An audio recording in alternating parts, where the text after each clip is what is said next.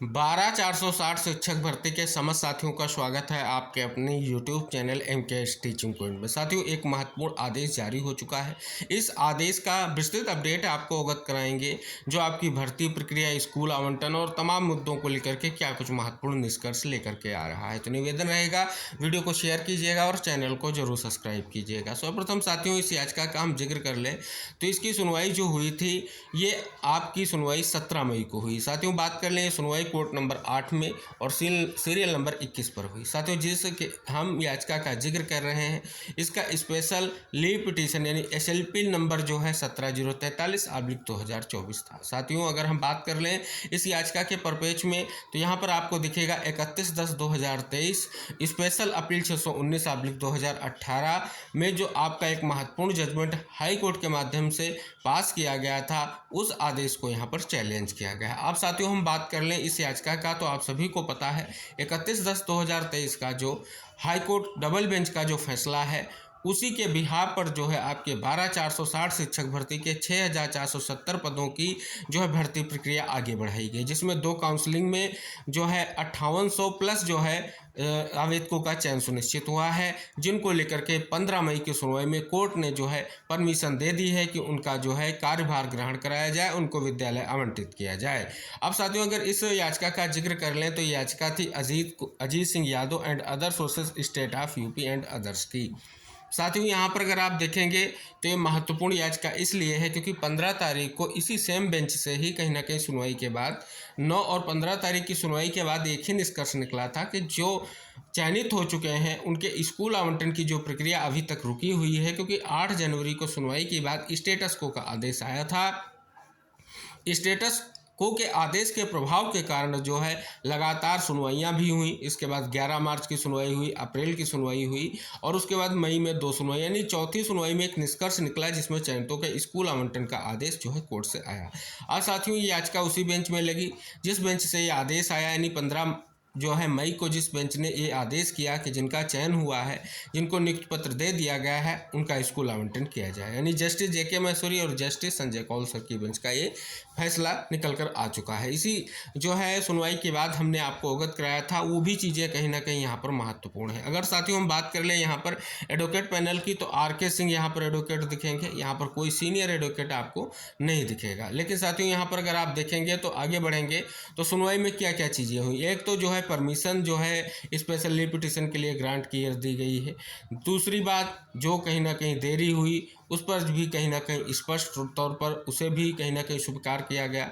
और साथियों, अब बात कर लें तो नोटिस इशू किया गया है, जैसा कि हमने आपको अवगत भी कराया था, और tag the matter along with the civil appeal 41/31/2024। तो साथियों, ये 41/31 जो आपका यानी 4131 जो है आपका /2024, ये साथियों आपकी जो उमेश चंद्र वाली याचिका है, उसी का साथियों जो है सिविल अपील नंबर है, जैसा कि हमने आपको अवगत भी कराया था। 11 मार्च की जब सुनवाई हुई थी तो जो है कहीं ना कहीं केस जो है एडमिटेड कर दिए गए थे, जिसमें साथियों सभी को सिविल अपील में एक साथ टैग कर दिया गया था।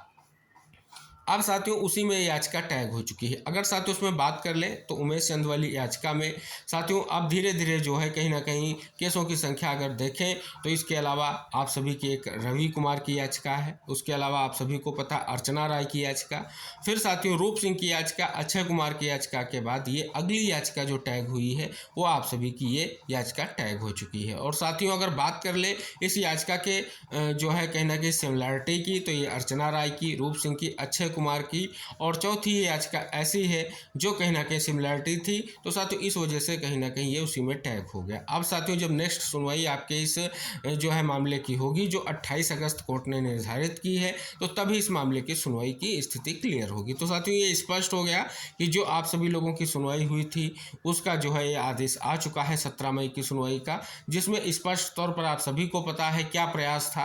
क्योंकि साथियों, जो याचिका थी एकदम से सुनवाई को लेकर के उसी बेंच में जाना, लेकिन साथियों ऑलरेडी बेंच ने डिसाइड कर दिया था। इसके लिए पूरी तरीके से जो है कहीं ना कहीं विभाग ने प्रयत्न किया और पूरी तरीके से कोर्ट ने कहीं ना कहीं सॉल्यूशन की बात की, और अंततः जो है चयनितों के लिए एक महत्वपूर्ण निष्कर्ष निकल कर आ गया है। अब साथियों अगर हम बात कर लें कि स्कूल आवंटन के दृष्टिकोण से ये आर्डर कितना इम्पैक्ट करेगा, तो साथियों स्कूल आवंटन के लिए कहीं ना कहीं आदेश हो चुका है।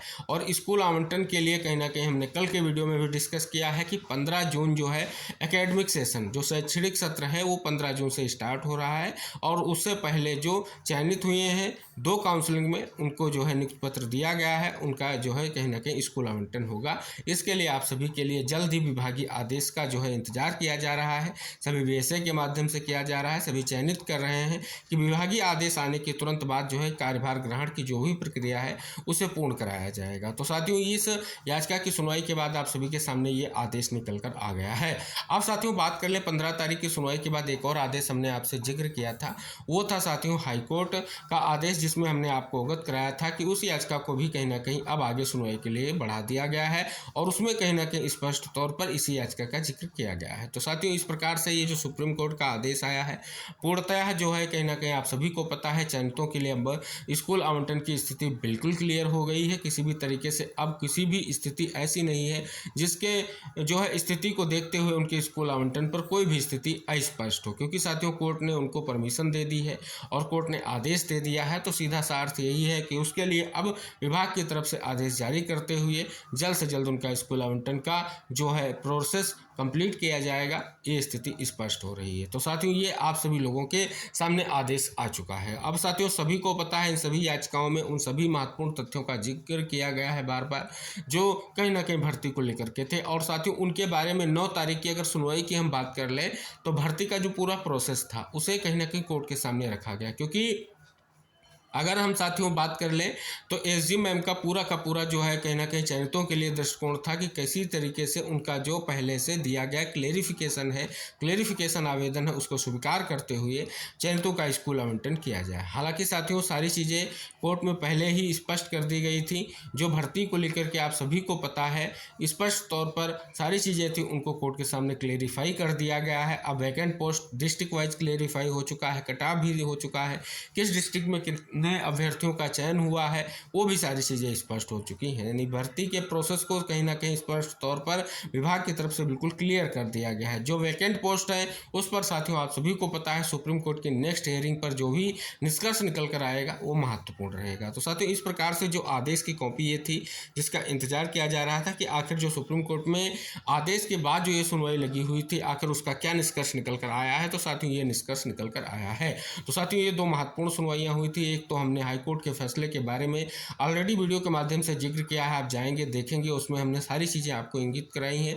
और यहाँ पर साथियों आज जो ये महत्वपूर्ण आदेश सुप्रीम कोर्ट का आया है इस पर भी हमने चर्चा की है। आशा करेंगे इस वीडियो को शेयर जरूर कीजिएगा और आने वाले समय में जल्द ही चयनितों के स्कूल आवंटन के लिए विभागीय आदेश आए, ऐसी कहीं ना कहीं जल्द से जल्द उम्मीद की जाती है। तो साथियों स्पष्ट हो गया होगा जो ऑर्डर की कॉपी है इसका विश्लेषण आप सभी को स्पष्ट हो गया होगा, क्योंकि साथियों ये इस केस को टैग किया गया है। नोटिस का अर्थ यही है कि स्पष्ट कर दिया गया है कि एक और याचिका कहीं ना कहीं इस मामले में कोर्ट के सामने विचाराधीन है और उस पर जो है कहीं ना कहीं नोटिस का अर्थ यही है कि ऑलरेडी साथियों आप सभी को पता है कहीं ना कहीं कोर्ट में हलफनामा वगैरह जो है दाखिल किया जा चुका है, यानी स्पष्ट तौर पर भर्ती का प्रोसेस भी आ चुका है।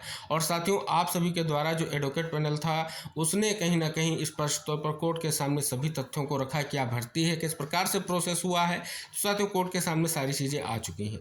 साथियों अब वैकेंट पोस्ट पर आप सभी को पता है कहीं ना कहीं ये याचिकाओं का एक ही उद्देश्य दिख रहा है, क्योंकि आप सभी को पता है जब वैकेंट पोस्ट की बात की गई थी तो स्पष्ट हो रहा था कि याची लाभ की स्थितियाँ बन सकती हैं। लेकिन साथियों अगर देखेंगे तो जो स्पष्ट तौर पर सॉल्यूशन दिया गया है उसमें जो है इलाहाबाद हाईकोर्ट में जो याची हैं उनकी भी अप्रोक्स 1000 की संख्या का जिक्र किया गया है और से सुप्रीम कोर्ट में जो याची हैं कहीं ना कहीं उनका भी जिक्र किया गया है। अगर उनके सापेक्ष देखें पदों की संख्या बहुत कम दिख रही है।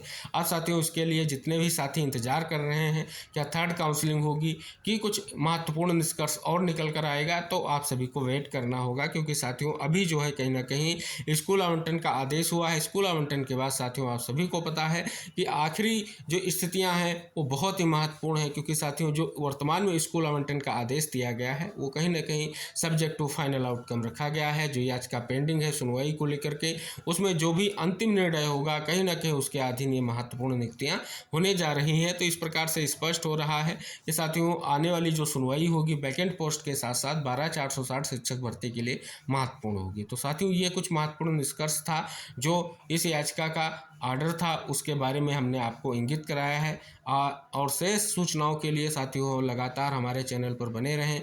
जैसे ही आप सभी के स्कूल आवंटन या भर्ती को लेकर के अन्य कोई महत्वपूर्ण सूचना आती है तो हम जरूर वीडियो के माध्यम से आपको अवगत कराएंगे। निवेदन करेंगे वीडियो को शेयर जरूर कीजिएगा। मिलते हैं नेक्स्ट अपडेट के साथ, तब तक के लिए बाय बाय, टेक केयर साथियों।